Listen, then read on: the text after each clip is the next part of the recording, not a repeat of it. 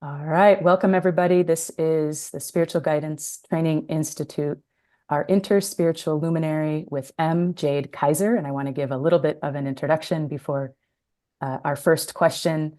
Wanted to say a big welcome, Thank you so much for being here with us today. Is the co-founder and co-director of Enfleshed, where the community creates and facilitates spiritual nourishment for collective liberation. Their interest and dedication lies at the intersections of organizing, spiritual tending that is intimate and collective, and shifting cultural narratives rooted in theological dominance. Has a Master of Divinity from Austin Presbyterian Theological Seminary and a certificate in spiritual direction from Cherryhill, a Pagan and Earth-Honoring Seminary. They love queering all things spiritual: words, rituals, practices, relationships, and identities. All right, love that. Thank you for that bio. So wondering if you could tell us a little bit more about yourself for anyone on this call or who will listen later that might not know you or might not know whatever you want to share. How do you practice spiritual companionship? And specifically, what does it look like to open to the transness of the sacred? And I'll repeat that, telling us a little bit about yourself, how you practice spiritual companionship, and what does it look like to open to the transness of the sacred? Thank you so much. Thanks for the introduction and the welcome. And it's just such a delight to be here. I'm honored to be here. So thank you.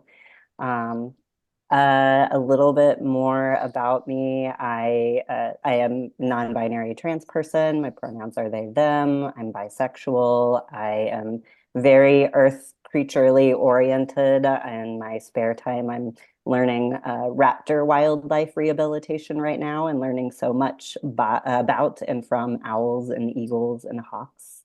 I do stained glass as a fun little hobby on the side. And my work really revolves around I think maybe it was in my bio, but it feels new to language it in this way, but I am enjoying the framing of collective soul tending. And certainly when I use the word collective, I don't mean all the wholes, everybody, but group and group of many forms, but thinking especially for me, what occupies a lot of my time and my heart and my spiritual orientation is the questions that are being asked of us as collective bodies, given the trajectories of our planet, given how we are treating each other right now, given the policies that are unfolding, given the hopes that we bear together. What are the spiritual nutrients we need? What are the spiritual toxins among us? And how do we deal with them collectively? So I'm really interested in how spirit and sacredness is active in the among and between us part. And feel that inherently that is an intimate reality as well.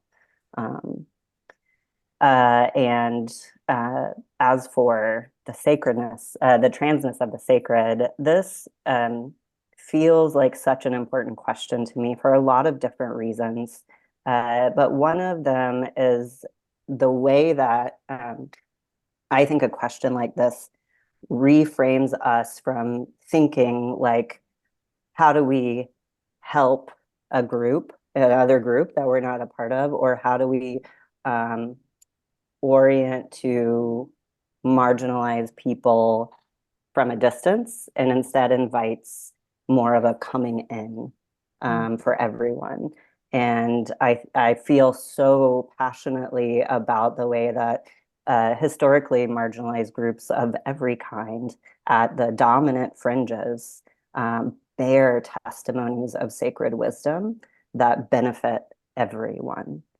And I think that is no less true of trans people. And so starting a conversation around trans people and transness, for me, to do so by recognizing that inherently trans people are reflecting some kind of sacred wisdom here on the dominant margins, is the right place to start.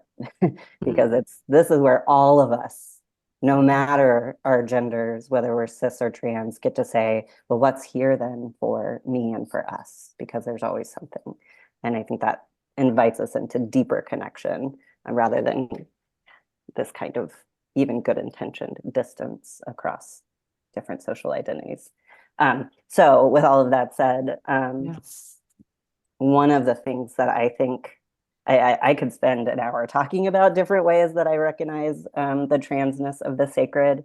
But one of the things that I just will highlight today is the way that I think that there are so many reasons that people are oppressed, right? There are causes behind oppressive forces. And I think one of the causes is typically that there's something about certain communities, there's a wisdom, there is a life experience, a collective life experience, a set of truths that threaten some kind of dominant power that has to just stay down, tampered down, right? And so anytime, I think there's always a good question, well, what is that wisdom then? What is that wisdom that community is bearing that is being repressed?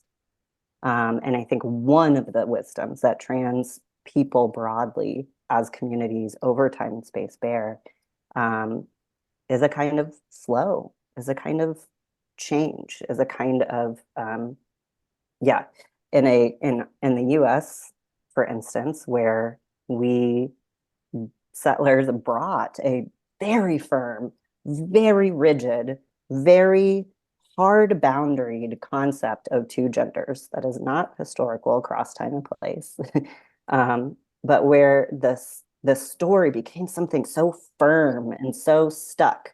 You are born this way, it means this thing, and that is just the truth, right? Very this. And trans people come in and embody something that challenges the thisness. And it's so much more a soft, flowing reality that troubles those clear and firm lines, that draws into question how stable some of these things that have been framed as just from the beginning of time till the end of time, gender will be this, you know. And I think that it's interesting how trans people are framed as unnatural when actually, if we really tune in to the testimony of trans lives and we look around at the earth, there's a lot of connection there. I mean, how many forms does water take? Fungus. There are some fungus that have thousands of sexes. There are some birds that change sex over the course of their lives. Like the earth is just full of transformation, adaptation, change. Trans people reflect that wisdom. We change in the directions of survival, of blossoming, of blooming. And I think that then invites us to bring in that, well, is this the sacredness that might already actually be here too? Is my sense of sacredness more reflective of an unchanging, firm, boundaried, the same from beginning to end? Or is my sacredness a shape-shifting thing, my sense of sacredness? Something that evolves and emerges to meet different needs, different desires, different longings, different contexts in the world. And I think that is just one thing that all of us, especially in the world as it is right now and where it's heading, can really benefit from sitting with in terms of how we understand the sacred. Yeah. Thank you. Thank you so much there. I heard it as several poems. Already looking to going back and hearing the record.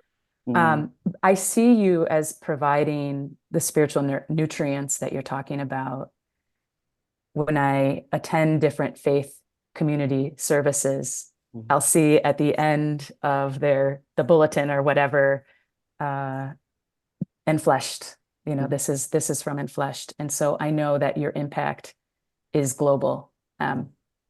So a huge thank you and deep gratitude for your voice and your discernment and your play in all this, um, in the ways that you are encouraging transformation and adaptation, and change and shape shifting. Mm-hmm. Thank you. Yeah, yeah.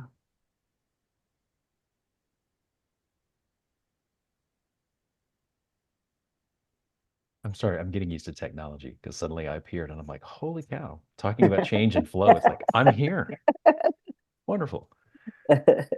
Um, and thank you so much for that in terms of, and just, I love watching people's hands in terms of what they're expressing. And this, particularly this sense of, it's a visual and a very vivid image in terms of marginalized communities being held at arm's length. And even the words dominant versus marginal, and the paradoxical sense of in terms of what you're introducing here of the margins may be closer to that which is sacred, mirroring something back that is true, but might also confound the sense of keeping it at arm's length. And particularly just the resonance in hearing what you said in terms of what is mirrored back, particularly within the trans community, the sense of flow and of change.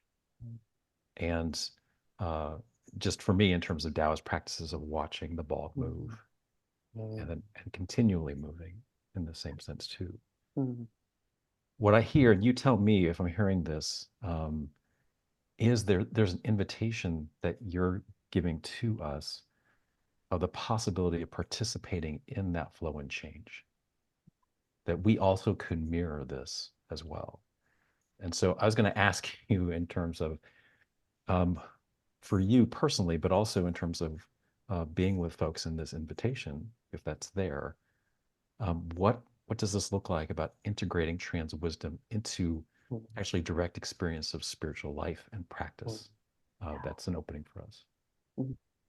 Thank you for that. That was a really gorgeous reflection, and just yes to that. And I think that was a beautiful way of framing the invitation, because everyone is inheriting stories about who we are in different ways that don't fit us, right? I think that's just true for all of us in different ways, and not just accepting that, but paying attention enough to notice where it hides some truth of ours, and committing to living our truth anyway feels like one part of the way that we are all sort of invited into that. And it is risky and costly.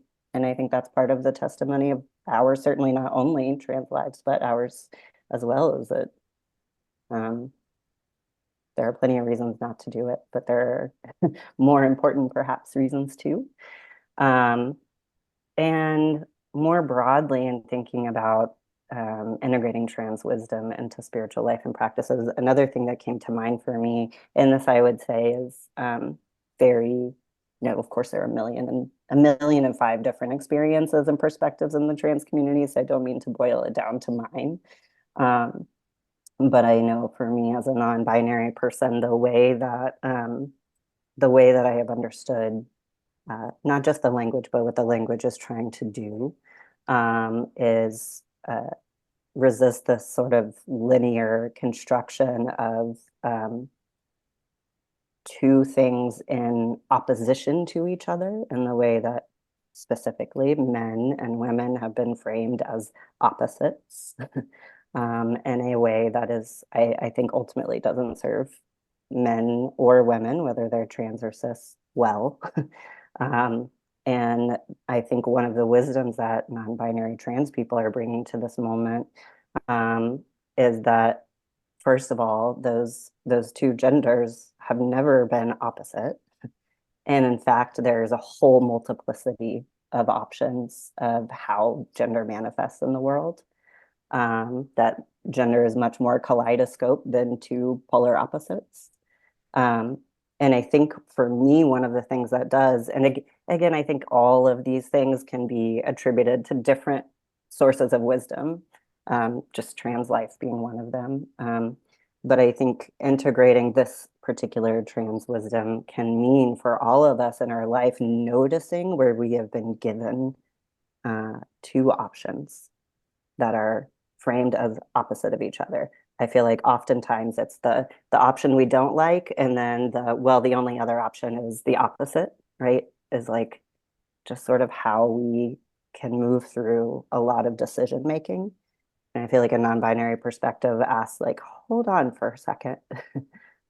Might there be 10 ways to think about how to respond to this moment rather than two in opposition to each other?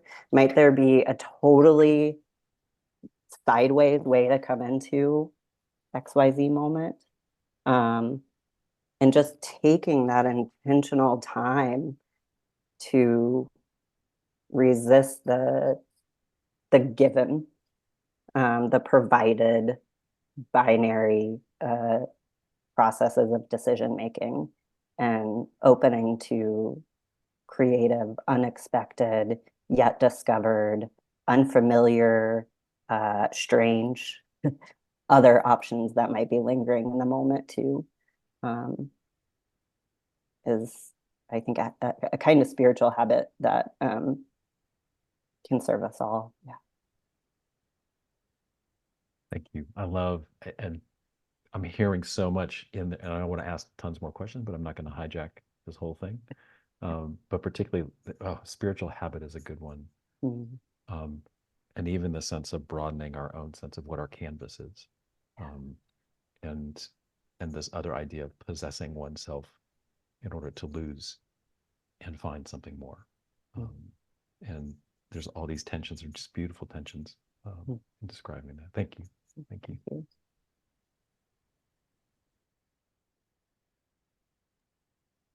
I'm less surprised that I showed up on the screen because because I did it. But first, I wanted to say thank you for all that you have shared. That is so inspiring to hear you talk about the various genders that occur in nature and looking around at can we approach things in more than one way than not always seeing things as opposites. So thank you. That is so inspiring and helpful. I'm mindful of the fact that what we do here at SGTI is become spiritual guides to sit with others and to hear their stories. And so whenever we do that, we end up experiencing with them a range of emotions, a range of experiences. People begin to share that which feels the most vulnerable, and oftentimes the things that feel wounding and incredibly difficult. And so I'm wondering if you could share with us any words of wisdom that you might have around sitting with people as they share, and particularly how do we support the trans community and individuals who come who are saying, this is my story. Yeah, thank you for the question. It's such a good one.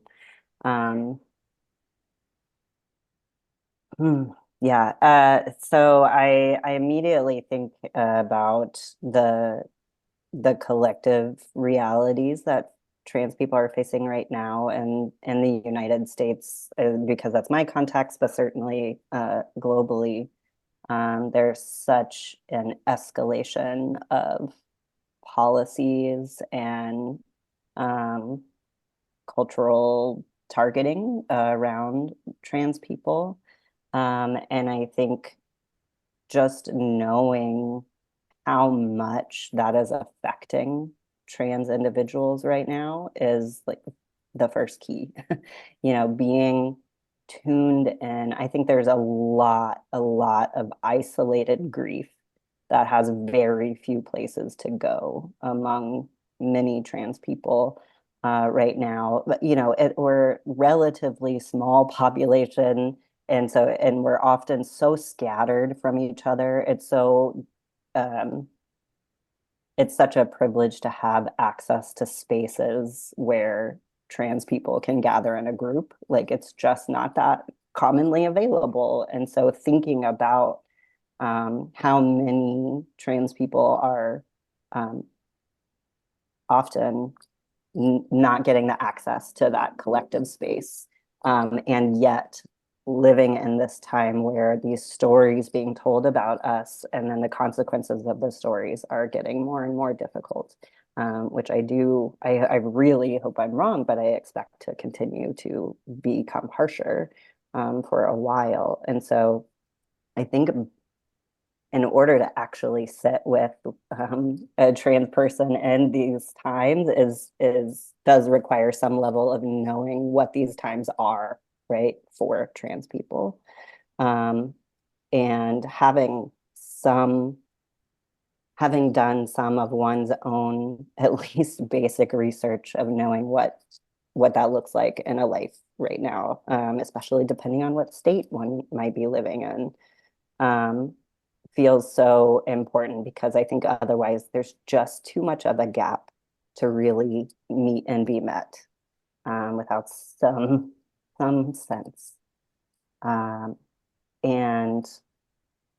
then then it's not that unique anymore, right? I think spiritual companionship at large is about sitting with honesty, sitting with grief, letting a witness have the space it needs. And I think that's just true of being with trans people, whether it's sitting with the very intimate challenges of, like, maybe I'm a trans young person who has no access to trans community and I'm feeling very isolated from my family and I don't know what to make of sacredness in the world or in my life. Or maybe it's somebody who is living in a state where it is becoming criminalized in order to maintain the life that they had been living and felt very stable for the last 10 years or so, either way, just being with, honestly, that reality, trusting that it's true, and not trying to make that prettier or more livable than it feels to the person in the moment feels really critical. I think it all boils down to not feeling alone in it, right? And to just knowing that, like, somehow there's somebody else at least who is sharing this reality with me, when it feels like maybe 90% of the people around me are living in a different reality. I think that alone can be so critical for a spiritual and mental orientation to community, right? Even if it's just one other person gets it to some degree, seems just really important.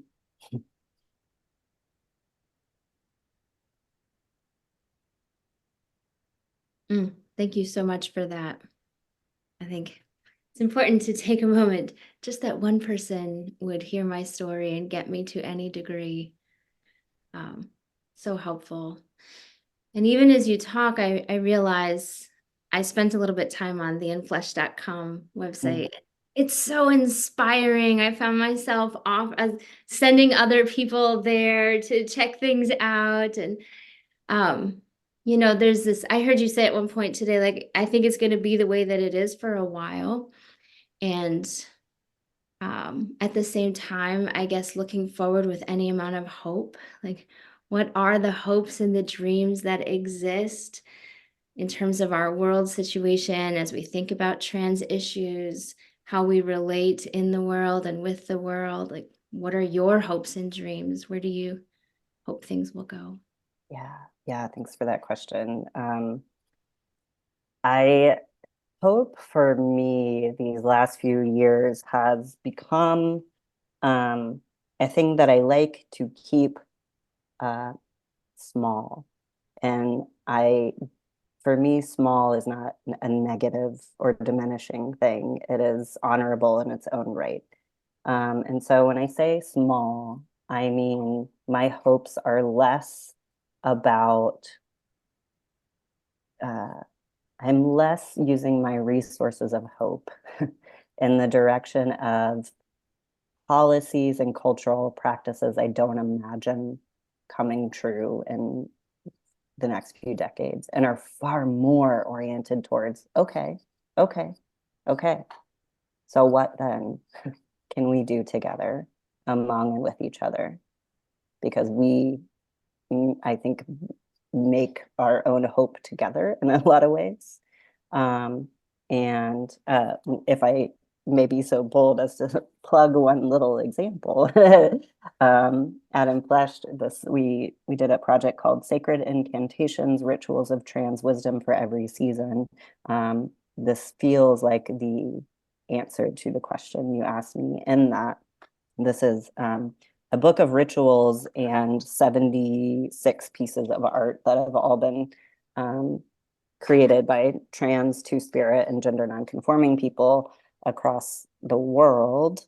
And the idea of it is passing on the trans wisdom that has enabled trans survival across geographies and history, which has never been an easy thing, generally. And that's hope to me, is that no matter the circumstances, even under empires that wish to eradicate entirely, somehow still trans people are, right? And the language may not be the same across cultures or time, but there is something about those of us who are not conforming to the genders of the gendered expectations of our cultures.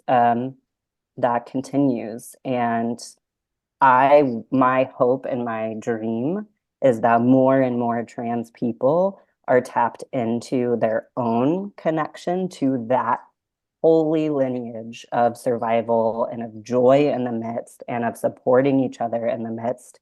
And that more and more people who are not trans are recognizing and perceiving the sacredness of that and saying, can I come with you? Right? And that these communities are being built around a starting place of, oh yeah, trans people, sacred, full of power, full of wisdom that benefits all of us. And yeah, that there is hope that is not dictated by the policies or the criminalization, but is built and nurtured together. And I think that because of the many different wisdoms from many different lineages of people that are available to us, that we have all the reason in the world to believe that joy and creativity and connection and flourishing are possible in the midst of violence and grief and criminalization and everything else under the empirical sun. But that's always there for us. And I dream of more and more trans people being brought into that knowledge and being able to trust it. Yeah.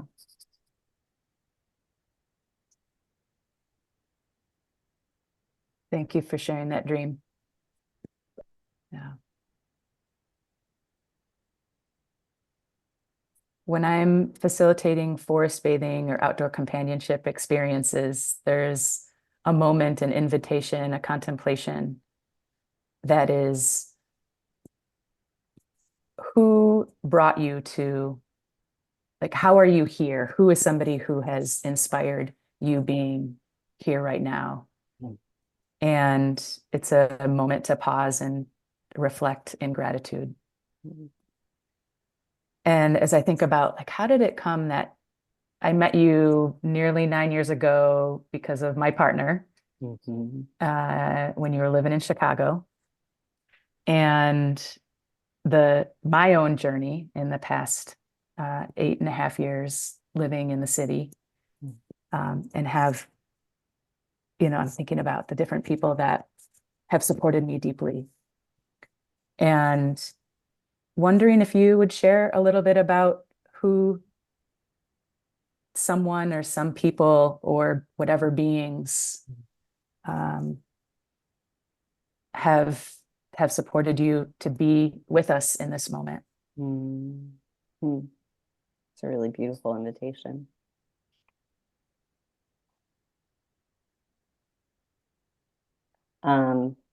I definitely feel like in ways that I'm still sort of coming to recognize, uh, I I have always been somebody who's very attuned to creatures and earth.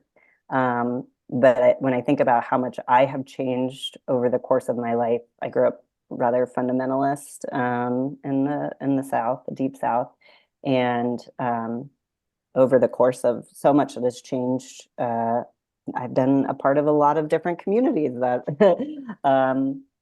I have evolved in different directions, or there's been a lot of change in my life. And when I think about what has been a supportive consistent presence in my life, certainly there are a lot of people I could name. I don't mean to minimize that at all, but I am so regularly moved by how, again, I'm still learning just how much so and how many the ways, but that like actually earth, actually fellow forms, other forms of life outside of just humans, and thanks be for we need each other as humans, but how I've been held this whole time by this larger body, and really coming to understand earth as body, as our larger body, has just been, it really anchors me. And yeah, it's just teaching me more and more about what hope looks like and what forms it takes. And it's how it's a little different than I think I've been taught growing up from a lot of different stories. But that there's something here in us, among us, between us, that is the most natural thing, that is encouraging and holding us in love and desire for flourishing, that I just find so trustworthy. Mm. And I when I think about like, if I didn't have that, I don't know. It is so much. It is so much, and has offered me so much, and leaves me wanting to offer back so much, because it is so moving that we are all just so held in this way. The trees sharing their breath with us, the water making its home in us. There's just, yeah, I'm rambling now, but yeah. I love a good ramble. No, thank you. Thank you. I know that was a question that was off the scripted questions. That's okay. But really appreciating and honoring the relationships that you have to bring you here. And, loved you into your not aloneness, into your connectedness, whether it's beings indoors or outdoors. Yeah. Yeah. I just wanted to ask, almost pivoting on that same question, because I'm looking at Joan's response in the chat in particular. I just want to encourage folks, again, if you have a question also, to pose this, and hopefully we might not be able to get to everyone, or we'll just send it along to Em, and Em will just write a huge essay on all your questions at some point if you'd like, which would be fine too. Particularly that sense of, Joan, thanking you for risking and sharing your light. I don't know for you, these are weird questions I just like asking folks, particularly who have risked, and other people have been illumined by this, and then a mutual illumination that goes on. What is your experience? How does it feel for you being the sense of a companion for other people, finding the sense of trustedness, to risk for themselves too? Does that make sense in terms of that question? I think so. Yeah. It feels very serious, right? It feels very,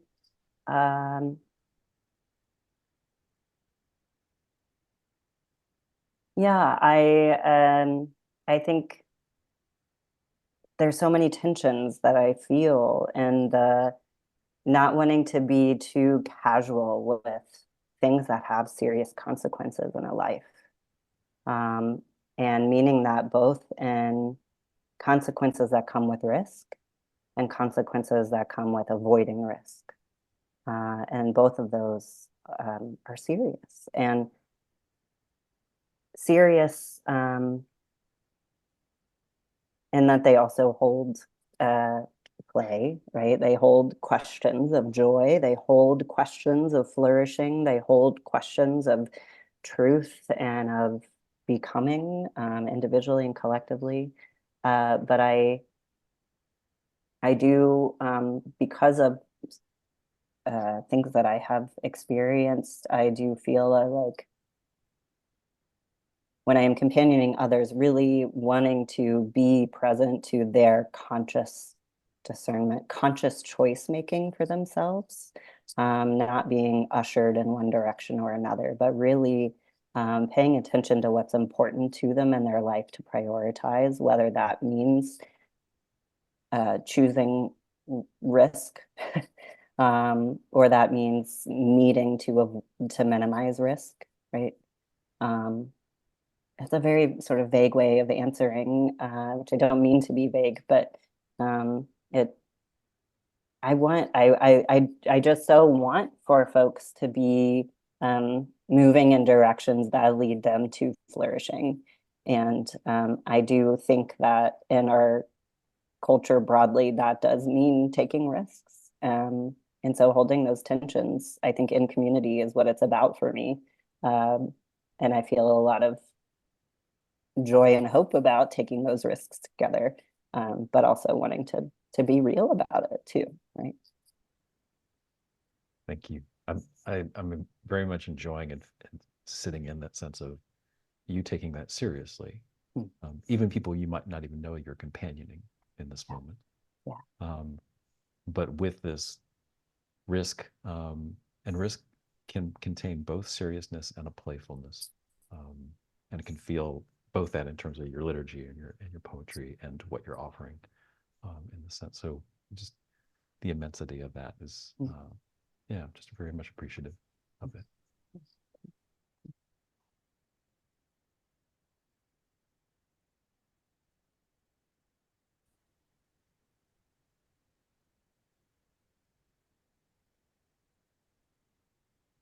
There are questions, y'all, who are present, or comments, feel free to ask them in the chat.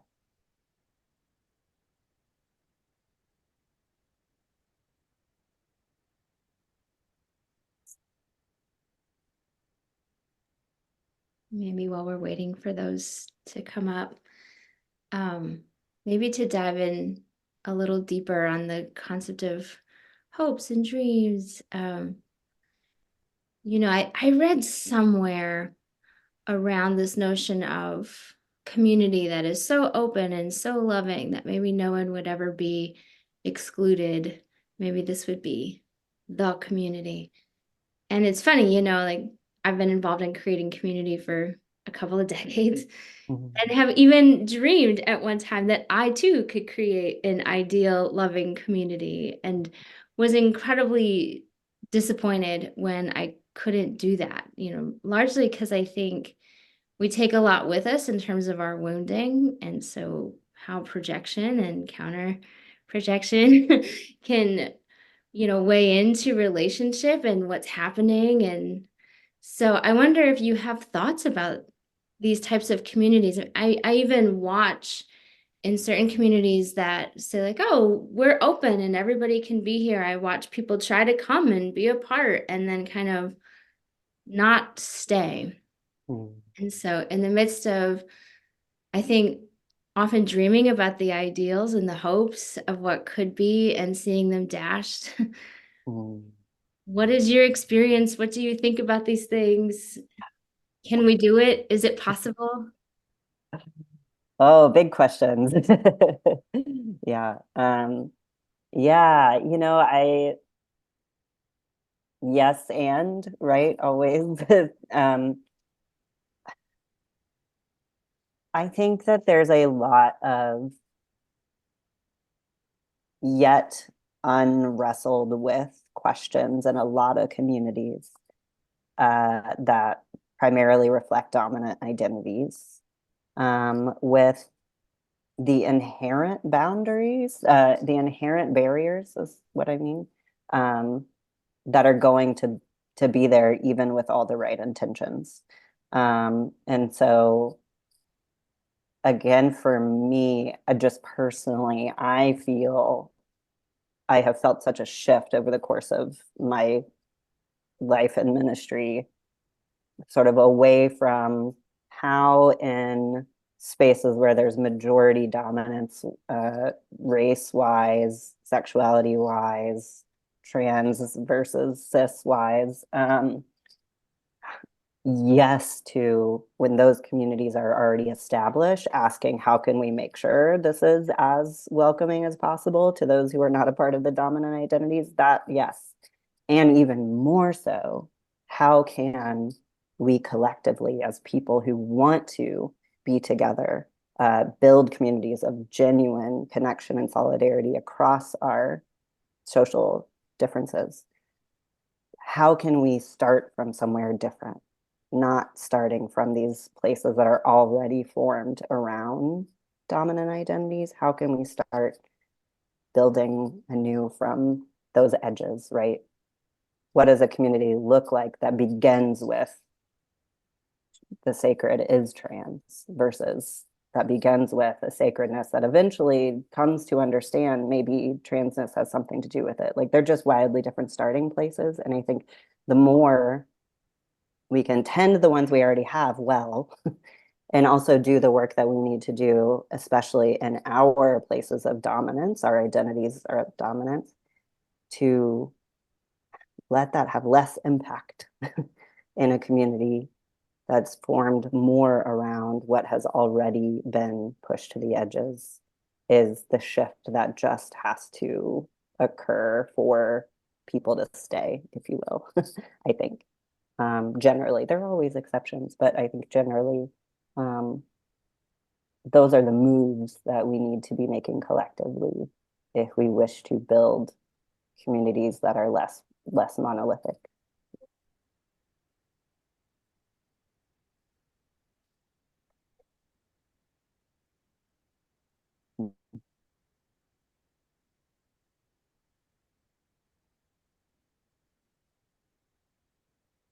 Thanks, Em. We're getting near-ish to our end time, and so if it's okay, I'm going to combine a couple of questions here.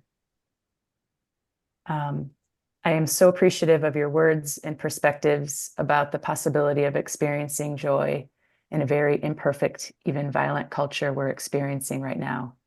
So many queer people I know right now are imagining leaving the country. How do you maintain the possibility of joy or avoid being stuck in fear? And I want to connect that to offering safe and brave spiritual direction, spiritual friendship, moments, experiences, sessions. Do you have any thoughts on that? Feelings? Yeah, I think for me personally, it's about being spiritually rooted in, again, all of these many different kinds of histories of people that have been targeted and persecuted throughout history across the world, who have also practiced joy, who have also made life in the midst, who have also loved each other well, right? There's so much ancient wisdom that is here for us. And that doesn't mean that there aren't days that it's completely overwhelming or it's hard to trust that ancient wisdom, those ancient wisdoms. But I think generally, for me, that is the power of spiritual and political lineage, is there's something there to hold on to beyond what maybe I can feel or perceive in my own body right now, and doing what we can to build communities around those lineages, so that we're all rooted in something deeper, is a big part of what enables joy to me. And I think in terms of offering a safer or braver space for LGBTQ people, I do think the acronym is super helpful. There's so much similarities, there's overlap, and knowing how trans people, especially in this moment, are being targeted specifically, knowing some of those differences, some like myself are both queer in sexuality and also trans in gender. And so not totally collapsing what's happening just because trans people tend to be so isolated is really important. But I think generally providing spiritual direction for queer and trans people, doing some of your own homework, addressing some of your own barriers to the wisdoms of queer and transness, and being clear, being very clear, whether it's on your website or, however you communicate who you are and what space you're creating, being explicit that you wish to be an affirming space is, I think, sort of step one to actually drawing people in who would be interested in connecting and having some of that trust there. I'm not sure how much time we have. I could say so many different things about that space, but I just want to pause. Okay, you are welcome to share more, for a couple minutes, but also we can put a comma or a semicolon. Sure. If you want, Em. Okay. What I'm appreciating so much about this conversation is both the big vision dreams and the ideal, as well as the on the ground pragmatics. Yeah. Thank you. Yeah. Wondering a couple of things, kind of as we're getting closer to the end. How can we get in touch with you? How can we support you financially in the work that you are, quote unquote, freely offering so much on your website? How can we support that as well? Thank you. That's a generous question. Yeah, so enfleshed.com is our website. Please, anybody feel free to follow up with me directly. My email is just the letter M at enfleshed.com. And gosh, we depend very much on donations from people who are finding our resources helpful. And so if that is the case for you, definitely really appreciate any donations. We have a enfleshed.com/donate would allow you to donate electronically. We also have our mailing address for checks if that's preferable. But it really goes a long way with us. So with deep gratitude, that would be the place. Yeah. Okay. Thank you. And I'd like to read this final chat and invite you, if you want, if there's anything you would like to close with, whether it's one of your poems. I asked you outside of the recording, if you wanted to do that, you can, or anything else that you want to offer. And I'll read this chat.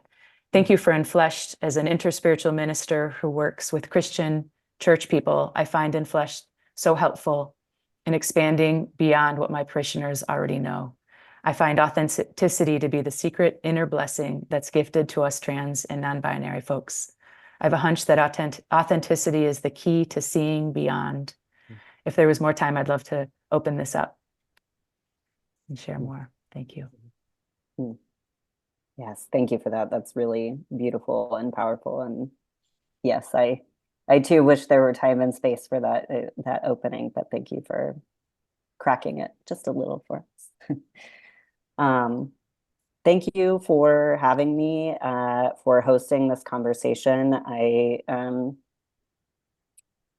It feels serious and beautiful and important and valuable and enjoyable to talk together about trans people in particular in this moment. So I really appreciate y'all creating the space to do so. Thank you.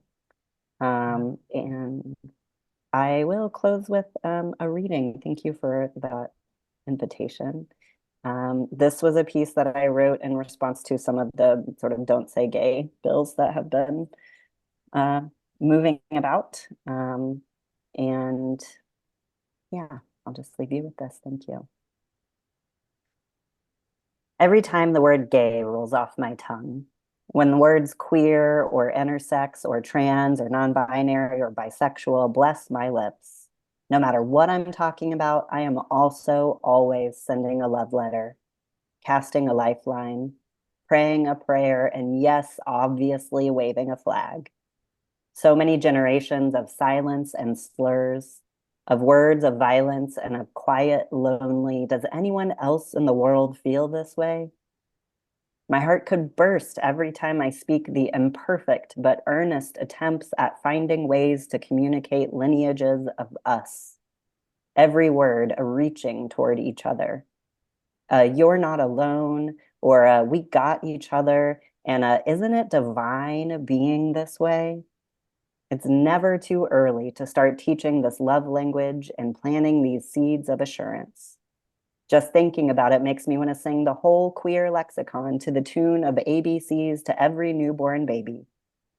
Asexual, bisexual, cubs and dykes. Train a child up in the way they should go, says the scriptures.